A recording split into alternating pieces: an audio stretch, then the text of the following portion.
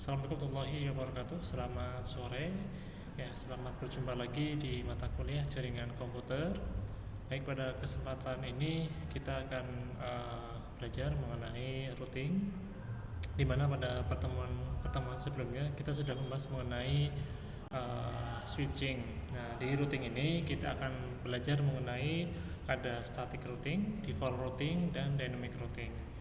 Oke, baik. Nah, static routing ini apa? Static routing ini merupakan mekanisme dalam routing yang mana kita akan mengkonfigurasi suatu jaringan dengan konfigurasi secara manual atau statik. Jadi pada dasarnya static routing ini merupakan konfigurasi perangkat router yang mana router itu kita konfigurasikan secara manual, secara statik. Seperti itu. Berbeda dengan konfigurasi dinamik. Static routing ini perlu penanganan khusus di media routernya. Nah, kelebihan dari static routing ini adalah memiliki administrative distance, yang artinya secara konfigurasi dia lebih safety ya, lebih terjamin dibanding dengan konfigurasi dynamic. Cuman kekurangan dari static routing ini adalah untuk konfigurasi perlu waktu ya, perlu waktu. Jadi biasanya dalam mengkonfigurasi static routing ini kita membutuhkan waktu untuk mengkonfigurasi si routernya. Terus untuk kondisi router ya, kondisi komputer yang dalam skala besar itu tidak cocok ya, kurang cocok dengan static routing ini. Oke, terus jaringan kecil tidak akan terjadi perubahan topologi secara signifikan. Artinya bahwa si static routing ini kalau ada penambahan device ya, maka akan dikonfigurasi ulang. Berbeda dengan dynamic atau otomatis, kalau ada penambahan device atau komputer, maka tidak perlu konfigurasi ulang. Seperti itu. Oke, di sini ada contoh topologi static routing. Nah, ini kita sudah membahas di pertemuan sebelumnya. Kita menggunakan PT router di mana IP-nya adalah 12.12.12.1 dan 192.168.1.1. Terus yang kedua yaitu yang kedua adalah default routing. Ini yang halaman 79. Silakan teman-teman dibuka di modul CCNA yang sudah saya share di grup MK ya, silakan dibuka. Nah, default routing ini sebetulnya sama halnya dengan static routing ya. Cuman untuk IP rootnya kita ganti dengan IP 0. Berarti pada sebelumnya biasanya untuk IP rootnya menyesuaikan dengan si alamat penerima. Terus kalau subnetnya biasanya 255, 255.250. Tapi kalau di default routing ini semuanya 0 ya, 000 berarti semuanya default. Nah, tapi untuk IP nextnya ya, IP tujuannya kita belum cantumkan. Misalkan di sini ada 12 0 seperti itu. Oke, jadi sebetulnya default routing ini mirip dengan static routing, hanya saja untuk IP rootnya kita ganti dengan 0. Berarti kalau di static routing itu kita menggunakan IP asal ya, terus subnet, terus IP tujuan.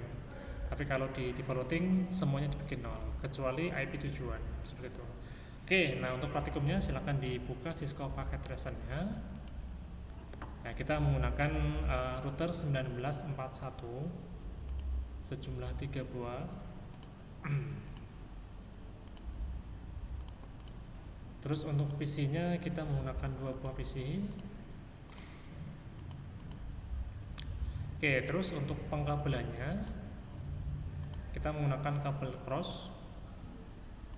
Nah, di sini ada gigabit 01 atau gigabit 00. Ya, gimana cara memasukkannya Pak?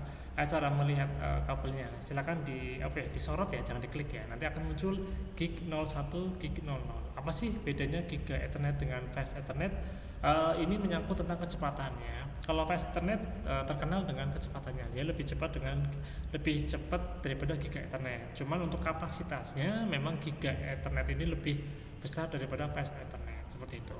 Oke, terus kabel kedua dari router 1 ke router 2 kita menggunakan cross juga ya, dari Giga Ethernet 01 ke 01.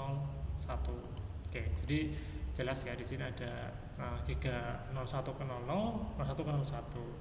Terus selanjutnya ke ke PC dari Giga Ethernet 0 ke Fast Ethernet 0.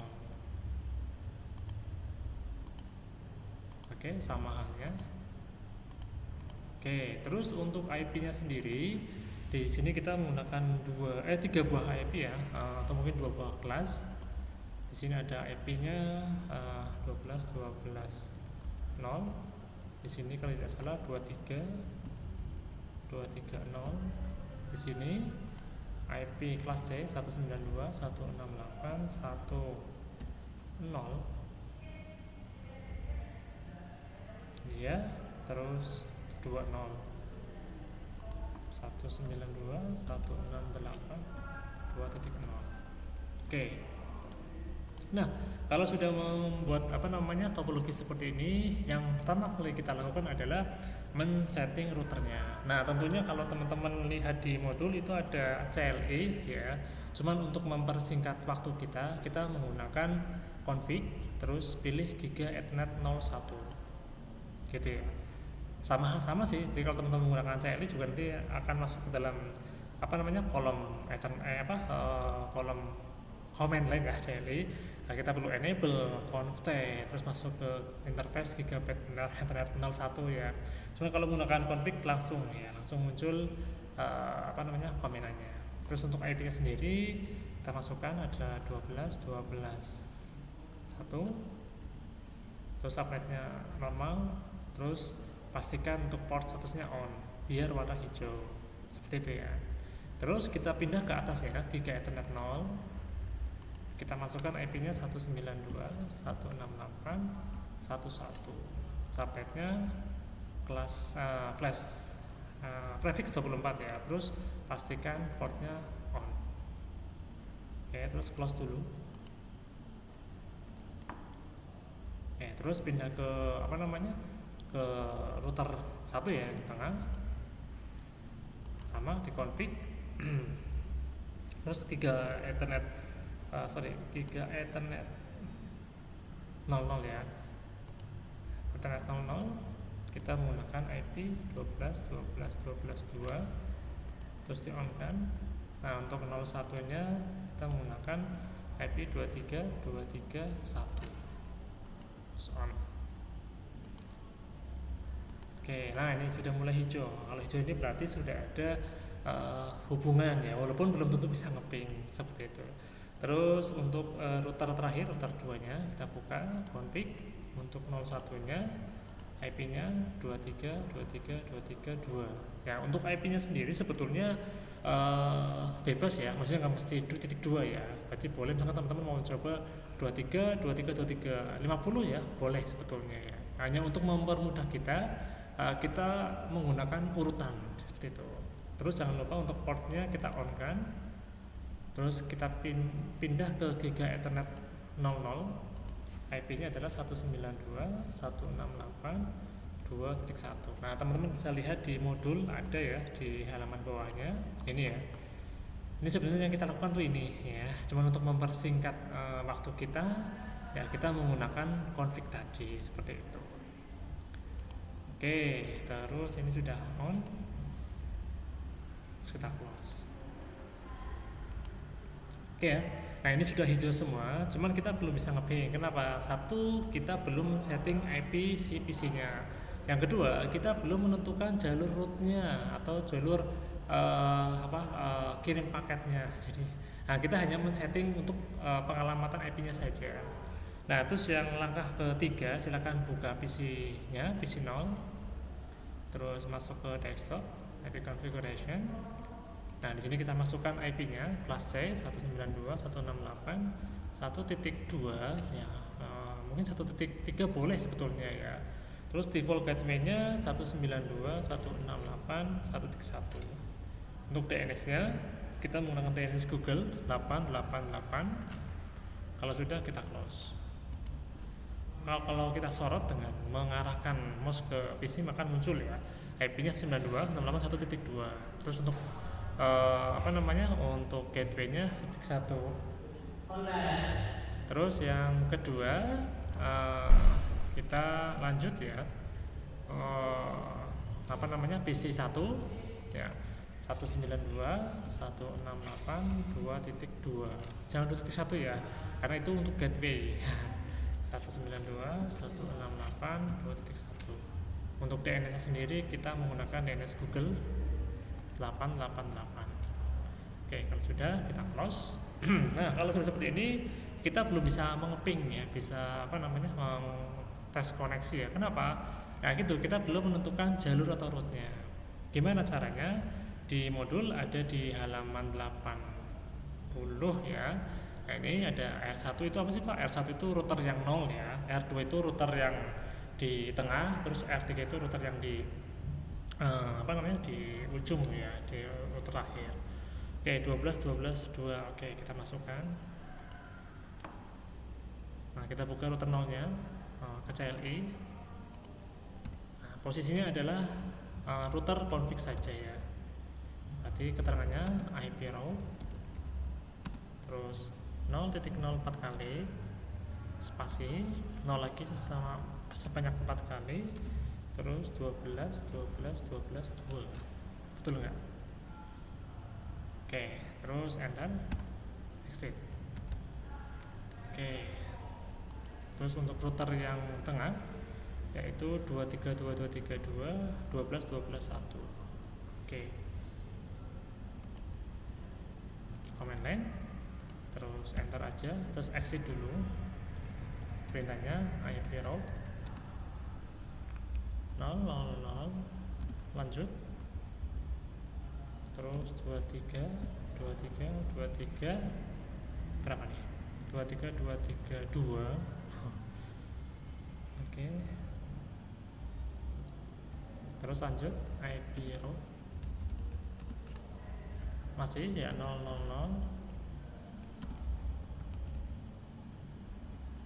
terus 12 1, terus enter, exit. Nah, terus yang terakhir itu 23231. Oke, masuk ke CLI, IP route 0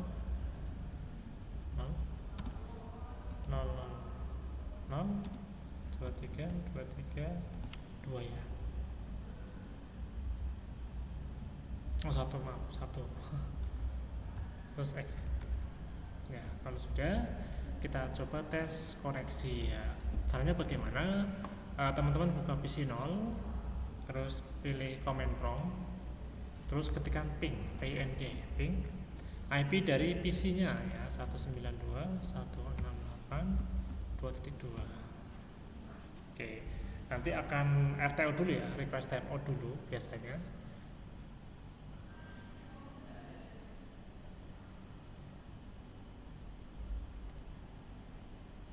Sampai dengan reply ya.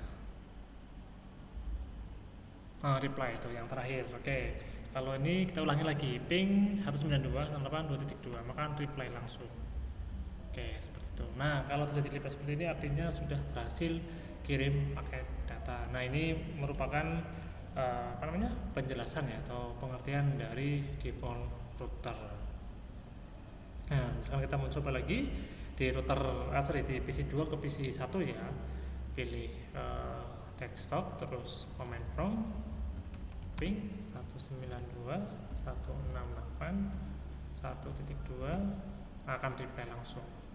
Nah, ini biasanya teman-teman itu terjadi RTO ya, request timeout itu biasanya kesalahan di pengkabelan. Pastikan sesuai dengan modul, insya Allah aman ya. Kalau modulnya kalau sesuai modul itu aman ya. Pokoknya kalau sesama router dari gig 01 ke 00, kalau router tengah ke router ujung gig 01 ke 01. Nah, yang ke bawah ini pasti dengan gig 0 sama gig 0 gitu. Jadi kalau teman-teman mengikuti modul harusnya berhasil. Oke, seperti itu. Nah, silakan teman-teman dicoba dengan IP yang sama ya. Nanti untuk tugasnya silakan dibikinkan video, terus nanti saya sediakan apa ya, mungkin kalau di Elsakti kayaknya itu keterbatasan memori ya, nanti teman-teman saya sediakan Google Drive ya untuk menaruh di situ. Kalau nggak silakan teman-teman boleh menaruh di YouTube-nya sendiri, nanti saya minta linknya. Oke, batas waktunya 1 minggu sampai dengan hari eh, Rabu ya, mungkin Selasa jam 23.00. Oke, seperti itu. Oke, terima kasih. Kita lanjut nanti di materi berarti routing dynamic ya. Routing dynamic ini kita menggunakan apa ya, pengaturan IP ya secara otomatis dinamik. Oke, terima kasih.